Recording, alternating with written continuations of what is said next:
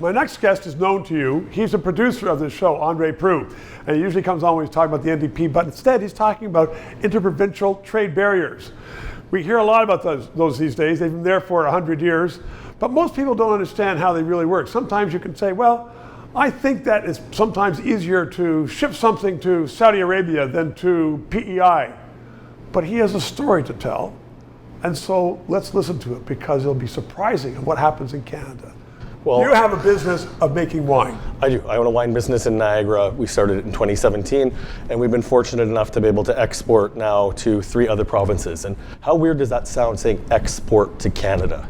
Okay, but what's the problem? If you just ship it out, you got an address in BC, and they want to buy some of your wine, fine, give me the money, I'll ship you the wine. You know, the problem is a lack of fairness that comes from the liquor boards. And don't get me wrong, as an NDPer, I understand that alcohol pays for our healthcare. You know? Okay. What's the problem? Well, tell me the commercial problem. So here's the commercial problem. The LCBO puts a tax on every bottle of wine that I sell. And that's fine, that pays for our healthcare. I'm an NDPer, I want that. But as soon as it leaves our border and enters British Columbia, the British Columbia Liquor Board now takes a look at my wholesale price and they're just like, you know what, we're gonna add another markup to it. And the markup is 89%.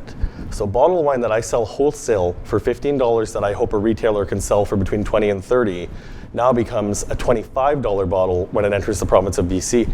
And the real issue when I talk about fairness is other jurisdictions on the planet don't have to deal with this. So if you import a bottle of wine from France, you don't have to pay the French Liquor Board price. Really? So why is BC penalizing Ontario wines and they're not penalizing French or Argentinian wines? Well, it's not penalizing. They put the same markup for everything that comes in. It's more the issue with Ontario and the Liquor Board that leaves the markup on when it leaves the province, because the Liquor Board isn't really. So BC is putting a markup on the markup. Right. Okay, and so that's the kind of stuff that goes on in Canada, I guess, all the time. But let me put this to you. Sure. Andre, you as NDPer, why do you care? I mean, you'd like to make more money, sell more wine, but BC is doing that, and they're taking the money and they're giving it to healthcare. Because I want to keep the money in Canada. When you buy a bottle of Californian wine, and if you buy a bottle of French wine, you're paying for the infrastructure that goes into making that wine. Tractors, gas, labor, tourism. Wine is one of the few agricultural industries that brings in loads of tourism dollars. And if I can't compete against a French bottle of wine, and I can't, because I can't lower my prices any farther when I have 2 liquor boards worth of taxes put on a bottle of wine, you're forced to send that money somewhere else. And if we really want to let this industry continue to grow and we want to make this industry sustainable, we need to put the infrastructure in place that keeps the money in Canada.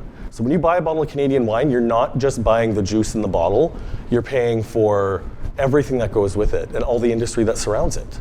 How are you going to have this industry go when you're being forced by the federal government, by the Carney government, to buy electric vehicles?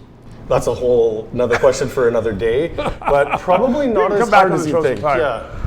Well, actually, we're over 3 minutes, so there we go. 3 minutes, André Proulx.